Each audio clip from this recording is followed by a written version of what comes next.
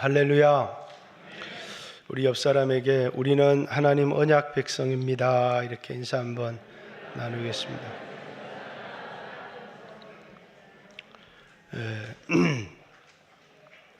아침에 독한 감기약을 먹었더니 노인처럼 입이 바싹바싹 마릅니다.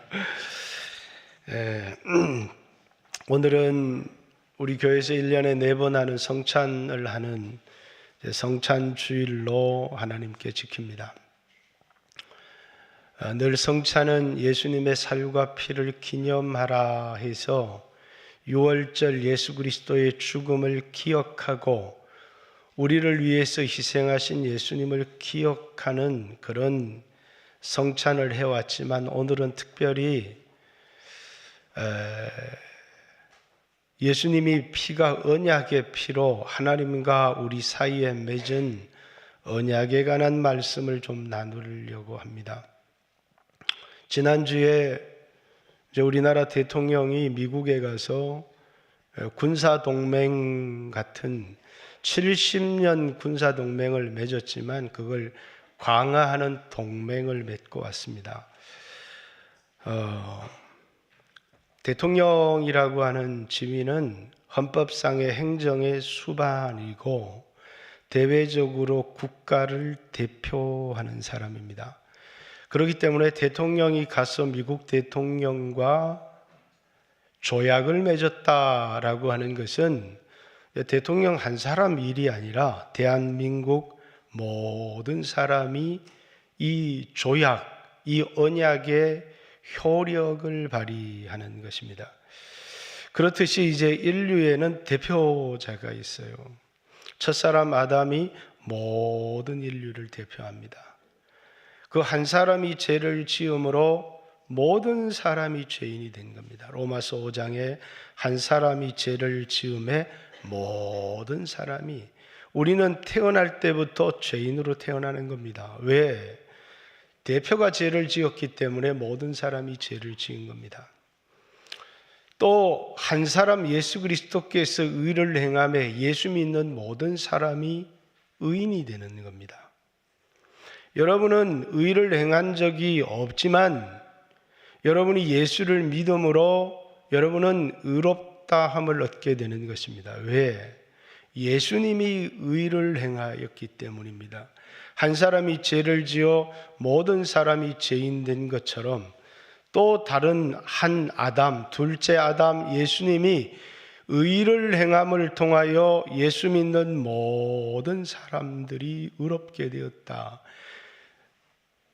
그들이 누구이기 때문에요? 우리의 대표자이기 때문입니다. 아브라함을 믿음의 조상 이렇게 불러요. 믿음의 조상이라는 걸 믿음을 처음 시작했다는 뜻도 가지고 있지만 이 사람이 맺은 언약이 우리 모두와 맺은 이 하나님을 대표해선 우리의 대표자라는 것입니다. 아브라함에게 두 아들이 있었습니다. 하나는 이스마엘이라고 하는 육체를 따라 낳은 아들이 있었고 또 한 아들은 약속을 따라 낳은 이삭이 있었습니다. 그런데 하나님께서 이스마엘에게도 복을 주마. 그래서 이스마엘도 12두령이 태어나고 이 땅에서 강성해질 거다. 그러나 약속은 내년 이맘때 내 아내 사라를 통해서 낳을 이삭과 더불어 세우리라. 이렇게 얘기를 합니다.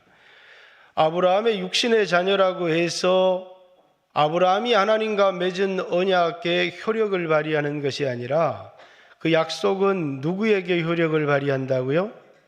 약속의 자녀인 이스마엘이 아브라함이 하나님께 받은 약속의 상속자가 되어진다. 하나님이 아브라함에게 아들을 주겠다, 땅을 주겠다, 큰 나라를 세워주겠다, 너에게 복을 주어서 네 이름을 장대하게 해주겠다, 너를 통해서 모든 민족이 복을 얻게 해주겠다, 이렇게 아브라함에게 약속하셨는데 그 약속은 이스마엘에게는 아무런 효력을 발휘하지 못하고 이 약속의 자녀인 이스마엘이 아닌 이삭에게 이 약속은 효력을 발휘하게 될 것이다. 그래서 구약은 하나님이 아브라함에게 약속하신 그 약속이 어떻게 하나님이 성취해 가시는지를 역사적으로 기록해 놓은 것을 구약 성경이다 이렇게 얘기를 해요. 근데 여러분과 저는 뭐라고요? 아브라함과 아무런 상관이 없지 않느냐 이렇게 말할지 모르지만 갈라디아서 4장 30절에 보면 우리는 이삭과 같은 약속의 자녀입니다. 이렇게. 아브라함의 육신의 자녀가 약속의 자녀가 아니고 여러분과 저처럼 아브라함과 같은 믿음을 가진 사람이 약속의 자녀, 다시 말해서 예수 믿고 거듭난 사람이 아브라함과 같은 약속의 자녀다 이렇게 얘기를 해요. 자, 그러면 아브라함이 받은 복, 아브라함이 받은 약속이 우리에게 효력을 발휘합니까? 효력을 발휘하지 않아요? 대답을 안 하면 설교를 할 수가 없어요.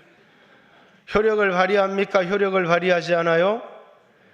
아브라함이 받은 말씀이 나에게 한 말씀이고 아브라함이 하나님과 맺은 언약이 그 언약이 창세기 15장에 나와 있어요.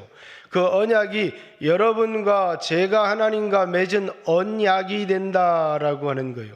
나는 그 언약을 알지도 못하고 그 언약을 맺은 적도 없지만 우리의 믿음의 조상 대표자인 아브라함이 맺은 언약이 여러분과 제가 하나님과 맺은 언약이 된다 그 말입니다. 자, 하나님은 아브라함에게 약속하신 것을 반드시 이루어 주겠다. 그래서 하나님의 말씀은 반드시 이루어진다고 믿는 그 여자는 복이 있다. 누가복음 누구의 얘기입니까? 이제 마리아의 얘기죠. 그 여인은 나는 처녀입니다. 처녀가 어떻게 아들을 낳을 수 있겠습니까? 여호와 하나님이 능치 못하심이 있겠느냐? 그러니까 그 말씀대로 이루어지사이다. 비록 처녀라고 해서 불가능하지만 하나님의 약속이 반드시 이루어진다고 믿는 그 사람은 복이 있다. 처녀가 잉태를 했어요. 세상은 거짓말이라고 하지만 아브라함도 마찬가지입니다. 하나님은 아브라함의 75세 때 기력이 있을 때 아들을 주셨다면 그건 아브라함이 낳은 아들이잖아요. 100세가 되었습니다. 자신의 몸에 죽은 것 같아 사라의 태에 죽어 경수가 끊어져서 남자도 남자 구실을 하지 못하고 여자도 여자로서의 구실을 할 수 없는 상황인데 하나님께서 사라에게 태를 열어서 아들을 주셨어요. 뭘 의미하는 겁니까? 하나님은 약속을 반드시 이룰 수 있는 능력을 가지신 분이다. 아브라함에게 찾아와서 맹년 이때 내 아내 사라에게 아들이 있으리라 웃었습니다. 그러니까 왜 웃느냐? 여호와 하나님이 능치 못하심이 있겠느냐? 하나님은 우리에게 하신 어떤 말씀이라도 능히 이룰 수 있는 전능하신 하나님입니다.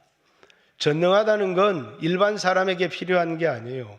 여러분과 저 같은 사람, 약속을 받은 사람, 그런데 도무지 그 약속이 이루어질 수 없는 것 같은 환경 가운데 있는 사람은 하나님은 능히 그 약속을 이룰 수 있다라고 하는 하나님의 전능성을 믿는 거예요.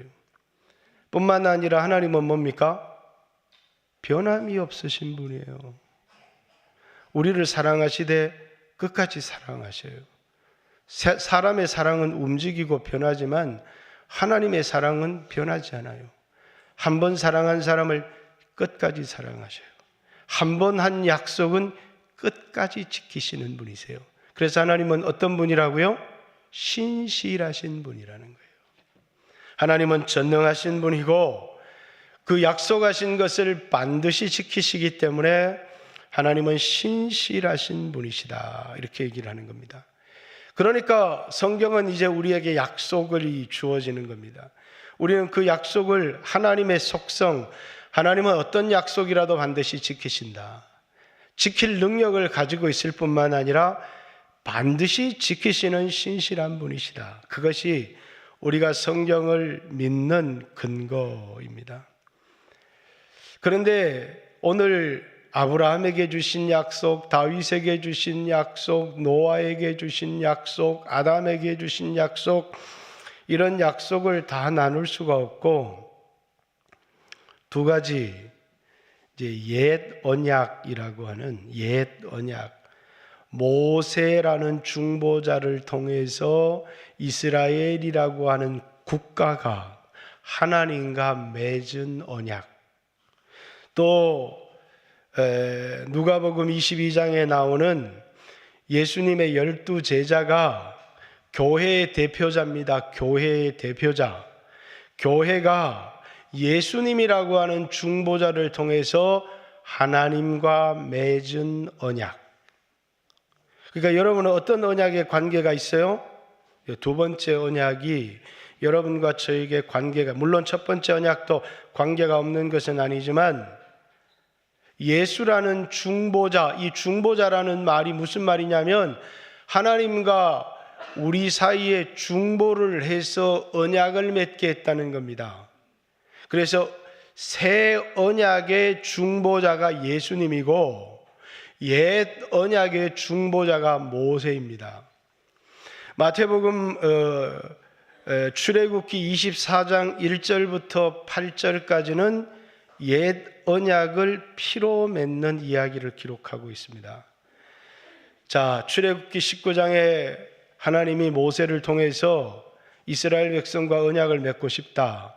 이스라엘 백성들도 언약을 맺을 의지가 있는지, 그래서 서로의 의사를 타진하고 언약을 맺겠다고 합니다. 그리고 언약의 내용을 20장, 21장, 22장, 23장에 걸쳐서 언약의 내용들을 얘기를 합니다. 언약의 내용들이 다 얘기되고 나서 24장에 언약을 체결하는 얘기가 나와 있어요. 그리고 이제 새 언약의 내용의 얘기는 오늘 본문에 안 나와 있어요. 새 언약의 내용의 얘기는 어디에 나와 있어요? 예레미야 31장 31절부터 34절까지 새 언약의 얘기가 나와 있어요. 우리는 이 새 언약이 뭔지는 모르지만 예수님이 제자들과 잔을 주시면서 이것은 너희와 세우는 새 언약의 피다라고 말씀하실 때 그 언약의 내용은 예레미야 31장 31절부터 34절까지 조금 이따 설교를 할 거예요. 새 언약의 내용이 자세히 기록이 되어져 있어요. 하나님이 첫 번째 이스라엘 백성과 맺은 언약은 이런 겁니다. 나는 너희의 하나님, 너희 왕이 되고 너희는 내 백성이 될 거다. 뭘 하면요? 하나님의 법, 율법을 잘 지키면 나는 너희 하나님이 되고 너희는 나의 백성이 될 거다라고 하는 행위, 그들이 뭘 지켜야 되느냐면 율법을 잘 지켜야 돼요. 그러면 그들에게 주어지는 상이 뭐냐면 땅이 주어져요. 젖과 꿀이 흐르는 가나안 땅에서 장구히 영원히 살게 될 것이다. 그러나 너희가 이 언약을 지키지 않으면 너희가 그 땅에서 쫓겨날 것이다. 처음에는 이 언약을 옛 언약이라고 말하지 않았어요. 그런데 이 언약에 문제가 있는 겁니다. 이스라엘 백성이 이 언약을 지킬 수가 없었어요. 그래서 그 땅에서 쫓겨나면서 바벨론의 포로가 되어서 가는 겁니다. 왜? 그들이 하나님의 법을 어겼기 때문에, 아니 그 법을 지킬 능력이 그들에게 없었기 때문에 이 언약은 우리에게 지키는 사람이 한 사람만이라도 있다면 그 언약은 효력을 발휘할 수 있겠지만 인류로 태어난 어떤 사람도 이 율법을 지킬 수 있는 사람이 아무도 없더라는 거예요. 그래서 이 언약은 폐기해야 됐어요. 그래서 이 언약을 폐기할 때 하나님이 예레미야를 통해서, 예레미야는 뭡니까? 이스라엘 백성들이 언약을 파괴해서 바벨론의 포로로 끌려가는 그 시대를 살았던 선지자예요. 그 선지자에게 하나님이 새 언약을 약속하셨어요. 새 언약. 그리스도가 이 땅에 오셔서 그분의 중보자를 통해서 하나님과 우리 사이에 새 언약을 맺게 될 거다. 새 언약과 옛 언약의 차이가 뭔지. 그래서 여러분들이 언약 백성이고 하나님과 언약을 맺었는데 우리가 맺은 언약이 뭔지, 우리는 성찬을 예수님이 주시는 살을 먹고 포도주를 마시면서 예수님의 희생도 기억을 해야 되지만 하나님과 우리 사이 예수라는 중보자를 통해서 맺은 언약의 내용을 자세히 기억해야 된다. 입이 이렇게 마른 적은 처음이에요. 자, 뭐가 달라요? 구약의 옛 언약과 예수님을 통해서 맺은 새 언약의 차이는 성경을 한번 찾아볼게요. 예레미야 31장.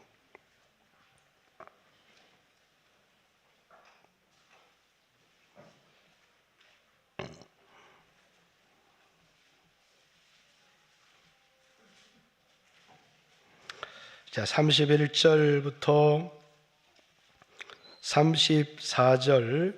여호와의 말씀이니라. 보라, 날이 이르리니 내가 이스라엘 집과 유다 집에 새 언약을 맺으리라. 이 언약은 내가 그들의 조상들의 손을 잡고 애굽 땅에서 인도하여 내던 날에 맺은 것과 같이 아니할 것은 모세 언약이 시내산에서 맺은 모세라는 중보자를 통해서 이스라엘과 하나님 사이에 맺은 그 언약과 같은 게 뭐고 다른 게 뭔지를 이해해야 돼요. 내가 그들의 남편이 되었어도 그들이 내 언약을 깨뜨렸음이라. 여호와의 말씀이니라. 이 옛 언약이 깨어질 수밖에 없었던 이유는 그들이 이 언약을 지킬 수 없었기 때문에 이 언약은 깨어졌고 하나님이 새로운 언약을 주시겠다는 거예요. 그러나 그날 후에 내가 이스라엘 집과 맺은 언약은 이러하니 언약의 내용입니다. 곧 내가 나의 법을 그들의 속에 두며.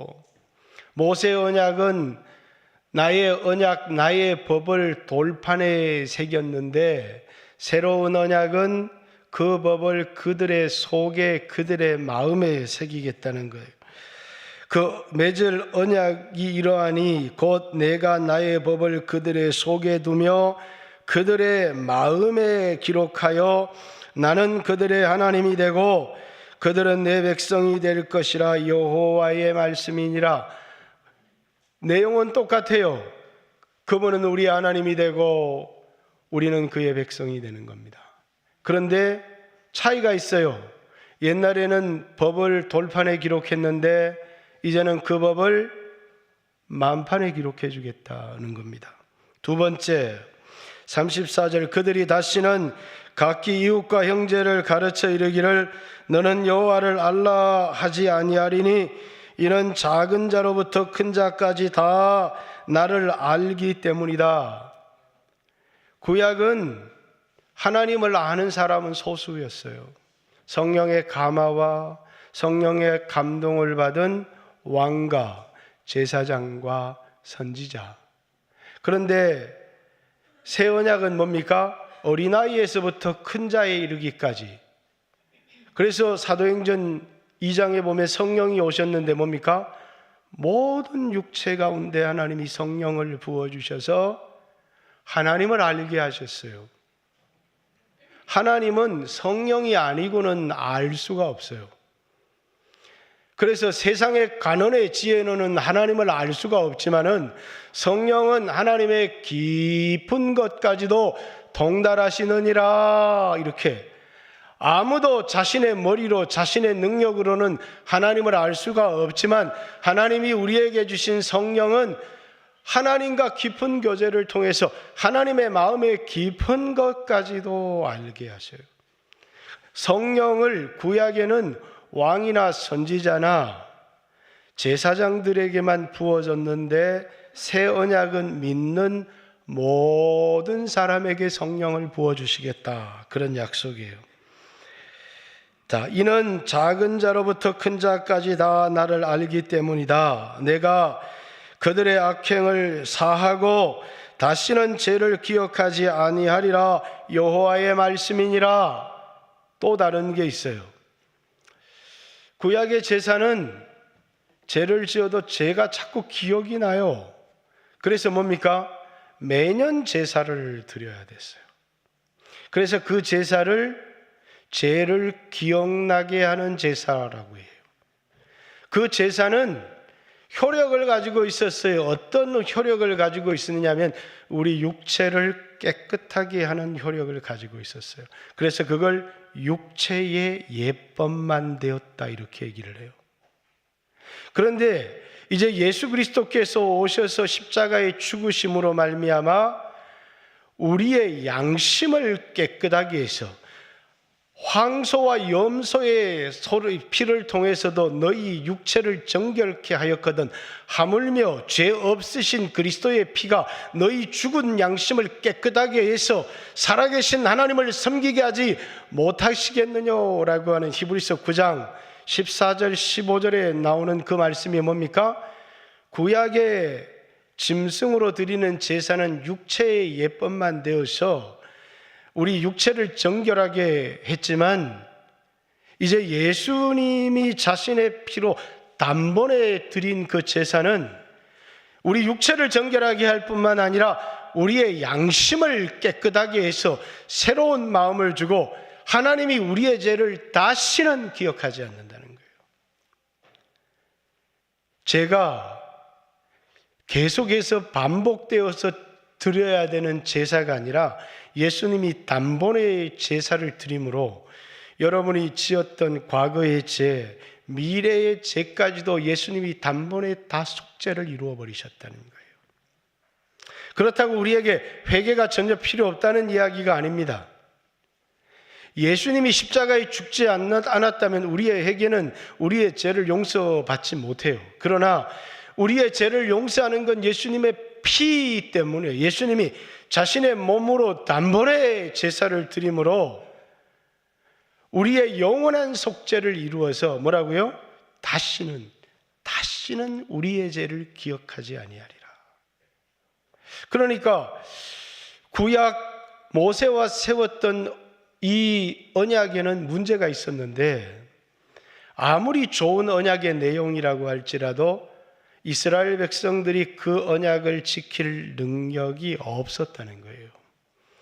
그런데 예수님께서 오셔서 새 언약을 세우는데 그 새 언약의 내용을 딱 한마디로 얘기를 하면 우리 마음에 뭘 주시겠다는 거예요? 성령을 주시겠다는 거예요.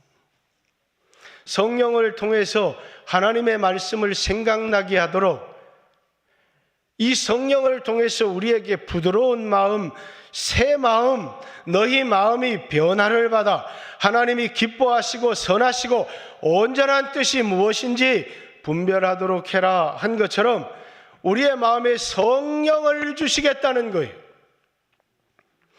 성령을 통해서 어떤 삶을 살아갈 수 있도록요?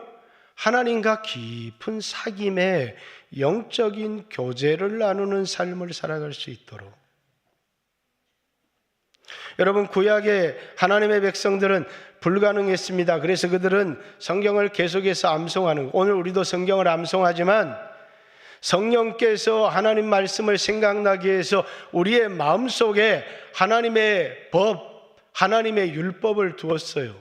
동일한 것이 있어요. 오늘날 어떤 율법, 백일원자들은 그리스도인들이 아무렇게 살아도 된다고 얘기해요. 아니요, 틀린 말이에요. 우리는 여전히 하나님의 백성으로서 하나님 말씀을 지키고 살아야 돼요. 하나님의 율법을 여전히 지키며 살아야 돼요. 그래서 마태복음 5장 17절 내가 온 것은 율법이나 선지자를 폐하러 온 것이 아니라 완전케 하러 왔다, 이렇게 얘기하는 것은 율법 폐기론자들이 예수 믿기만 하면 율법을 안 지켜도 돼 하는 것은 거짓말이라는 것을, 언약의 내용은 하나도 틀린 것이 없어요. 그런데 예전에는 언약을 지킬 능력이 없었는데 이제는 성령을 우리 가운데 주셔서 언약을 지킬 수 있도록 해 주시겠다는 거예요. 여러분, 어떻게 하면 하나님 말씀을 지키며 살아갈 수 있죠? 이건 대답을 해야 돼요. 어떻게 하면 하나님 말씀을 지키며 살아갈 수 있어요? 성령 충만. 여러분 안에 성령을 받았지만 성령으로 충만하지 않는 사람은 구약 백성처럼 여전히 죄를 짓고 넘어져요. 근데 성령에 충만한 사람은 죄를 이겨요. 어떤 교단은 성령 충만은 거품을 물고 거꾸러지는 것이 성령 충만이라고 얘기하는데, 성령 충만이라고 하는 것은 하나님 말씀을 지킬 능력이에요. 로마서 8장 3절 4절, 하나님의 영, 성령으로 인도를 받는 사람은 율법의 요구가 이루어지느니라 하는 것이, 성령 충만할 때 우리에게 어떤 능력이 생긴다는 거예요? 기쁨으로 하나님의 말씀을 지킬 능력이 생긴다는 거예요. 하나님이 우리에게 새 언약을 주신 중요한 이유예요. 그래서 우리가 뭘 구해야 됩니까? 성령 충만을 주십시오. 그래서 성령은 이 언약을 맺은 사람들에게 하나님이 약속하신 것이 성령이에요. 예루살렘을 떠나지 마라. 약속하신 성령을 기다려라. 왜? 우리는 성령 충만을 받지 않으면 그 누구도 신앙생활에 승리할 수 있는 사람이 아무도 없기 때문에 그래요. 목사의 마음속에도 성령이 메말라 버리면 똑같은 죄를 짓게 되는 겁니다. 여러분들 안에 나는 꽤 거룩해졌다고 생각하는 사람이 어느 날 아침 넘어져요. 여러분, 거룩해지지 않아요. 거룩해지는 것이 아니라 성령 충만할 때는 그 성령이 나를 거룩하도록 보존하는 것이고, 아무리 수십 년을 돌을 닦아도 성령이 떠나면 수없는 육신적인 생각들이 일어나는 것입니다. 예수 믿는 사람들은 수양을 하는 종교가 아니에요. 불교처럼 수양해서 우리 마음이 거룩해지는 것이 아니라 하나님이 우리 가운데 성령을 주시면 그 사람은 얼마나 충만하고 죄를 이기는지 몰라요. 그렇게 충만하던 사람도 한순간에 넘어져서 죄를 지을 수 있어요. 여러분, 여기 있는 목사가 죄 지을 가능성이 있어요, 없어요? 너무 많아요. 그래서 한번 죄 지었다고 너무 뭐라 그러지 마세요. 왜? 이건 돌을 닦는 게 아니기 때문에 그래요. 그만 기도가 식어지고 하나님을 가까이 하는 것이 멀어져서 하나님이 매일매일 부어주시는 성령이 없으면 우리 어떤 사람도 넘어질 수 있다라는 겁니다. 그래서 예수 믿는 사람들이 사모해야 될 게 성령이에요. 그래서 누가복음에 뭡니까? 마태복음에는 좋은 것 주시지 않겠느냐? 구하는 자에게 성령을 주시지 않겠느냐? 그리고 우리가 기도하는 것은 하나님 우리에게 성령의 충만함을 부어주십시오.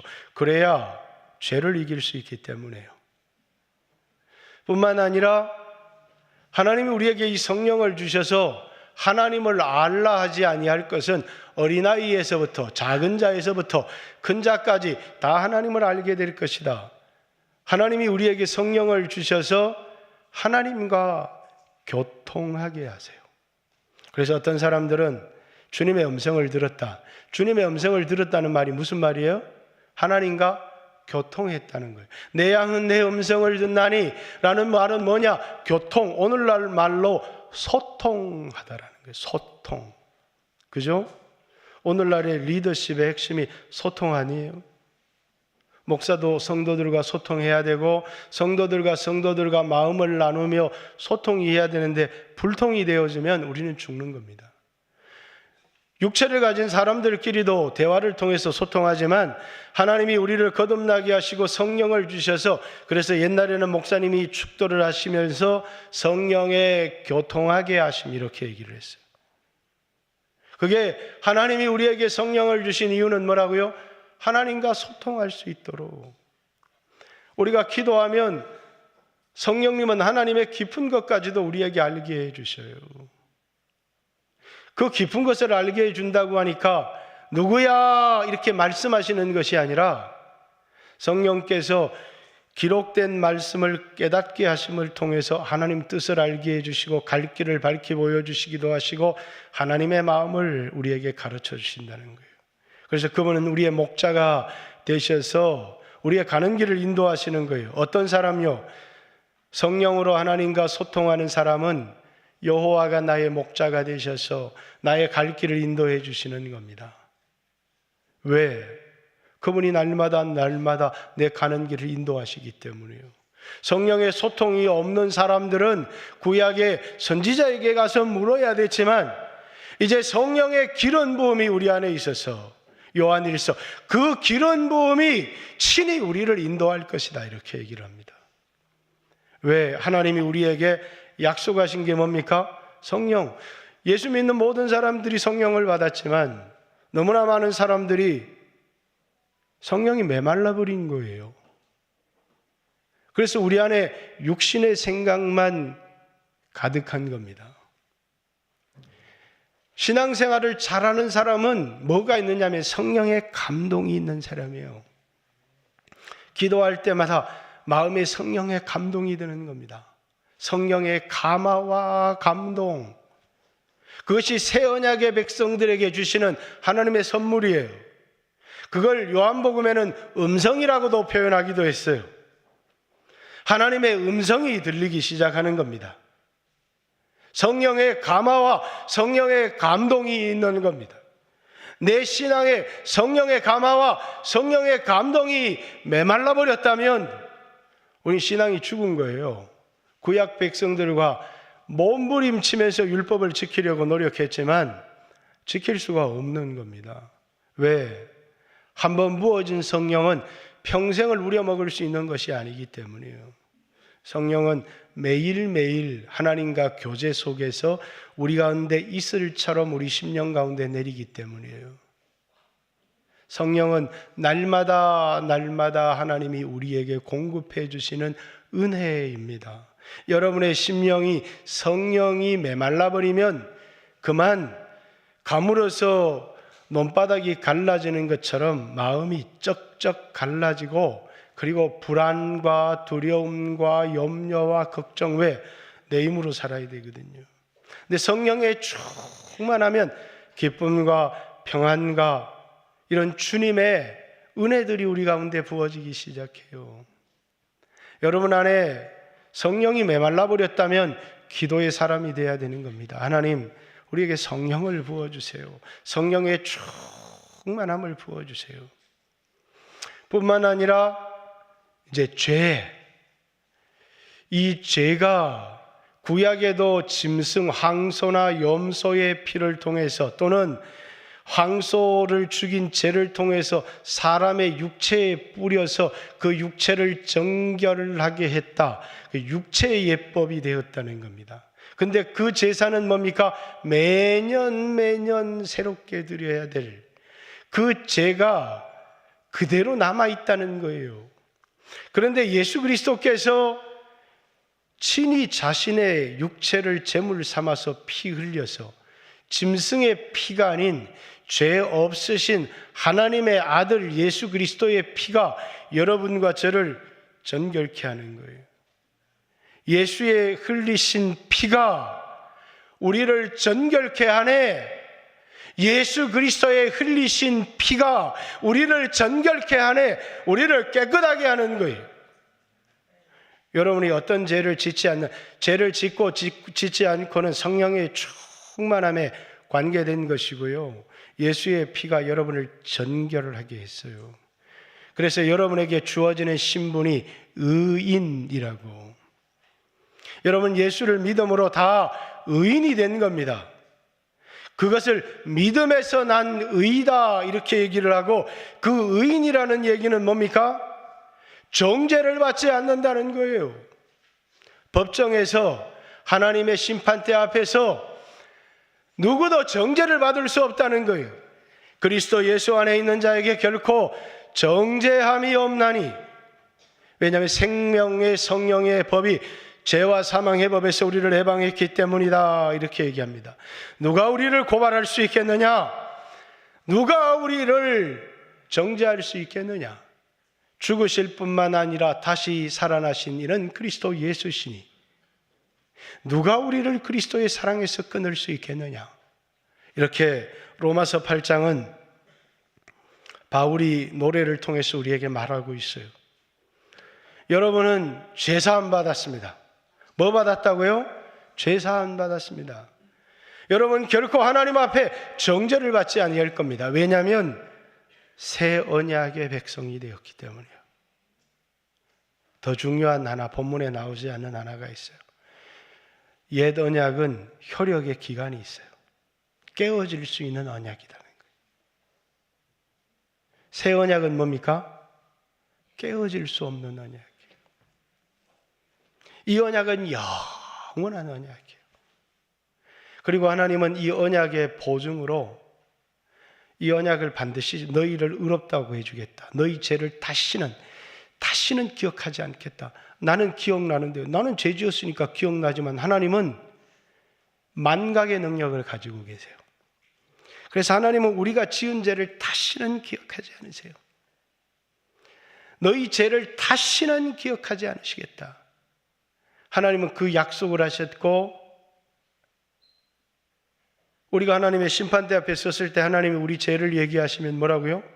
하나님이 약속을 어기신 거예요. 하나님은 우리 죄를, 나는 이런 죄를 지었는데 나는 기억하지만 하나님은 우리 죄를 기억하지 않으세요. 왜? 약속하셨기 때문이에요. 다시는 기억하지 아니하리라. 영원히 기억하지 아니하리라. 그리고 그 약속의 보증으로 성령을 우리에게 주셨어요. 에베소서 1장 12절 13절. 하나님은 그 약속을 반드시 지키시겠다는, 여러분들 돈을 빌리려면 보증물이 필요하잖아요. 집을 담보로 해야 되듯이 하나님이 그 약속이 변개치 않고 그 약속을 반드시 지키겠다는 것으로 자신의 이름을 걸었을, 자신의 명예를 걸었을 뿐만 아니라 성령을 보증물로 우리에게 주셨다. 그래서 여러분 다 성령을 받은 사람은 뭡니까? 아, 내가 죄사함 받은 사람이구나. 하나님이 내 죄를 다시는 기억하지 않겠다라고 하는 그 보증물로 나에게 성령을 주셨구나. 우리가 의인이 되었구나 라는 사실을 기억해야 될 뿐만 아니라 우리는 그분을 왕으로 섬겨야 합니다. 그분의 법을 지켜야 돼요.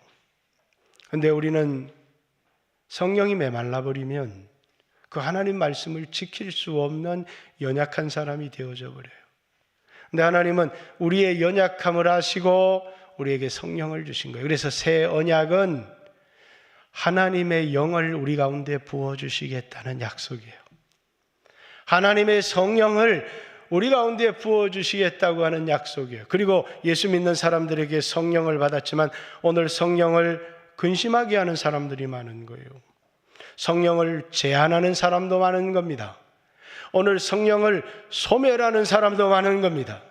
그래서 성령을 근심하게 하지 마라 라고 말씀하셨고, 성령을 제한하지 마라 말씀하셨고, 성령을 소멸하지 마라 라고 에베소서에도 데살로니가서에서도 우리에게 말하고 있어요. 왜? 성령은 소멸될 수 있기 때문이에요. 그러나 우리에게 부어주신 성령은 너희를 고아와 같이 버려두지 아니하고 세상 끝날까지 너희와 항상 함께 있으리라 하나님이 약속하셨어요.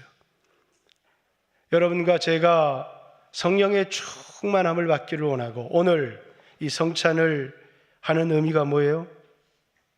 약속을 기억하는 거예요. 그리고 나도 이 약속, 이것의 참여자입니다 하는 의미로 예수님이 떡을 주시면서 너희를 위하는 내 몸이다. 이렇게 말씀하셨어요. 예수님이 잔을 주시면서 이 잔은 내 피로 세우는 새 언약이다. 이렇게 말씀하셨어요. 예수님이 나를 위하여 한 희생을 기억하고 예수님과 우리 사이에 있는 언약을 기억하는, 그래서 하나님과의 교제를 깊이 가질 뿐만 아니라 여러분들이 정죄받지 않고 예수의 피로 담대함을 얻고 죄와 싸워 이기고 승리하는 하나님의 백성으로서의 삶을 살아가기를 주님의 이름으로 축복합니다. 옆 사람에게 인사 한번 하겠습니다. 당신은 하나님의 언약 백성입니다. 이렇게 인사 한번 하겠습니다. 하나님의 언약은 우리 가운데 효력을 발휘하게 될 것입니다. 1분만 조용히 오늘 들은 말씀을 생각하고 내게 있는 언약, 내가 하나님과 맺은 이 언약을 기억하면서 오늘 여러분들이 예수님의 살을 받을 때 그분의 희생을 기억했으면 좋겠고, 예수님이 잔을 받을 때 오늘은 하나님과 우리 사이에 있는 이 언약을 기억하고 여러분이 잔을 받는 성도들이 됐으면 좋겠습니다. 주여 하시고 기도합니다. 주여.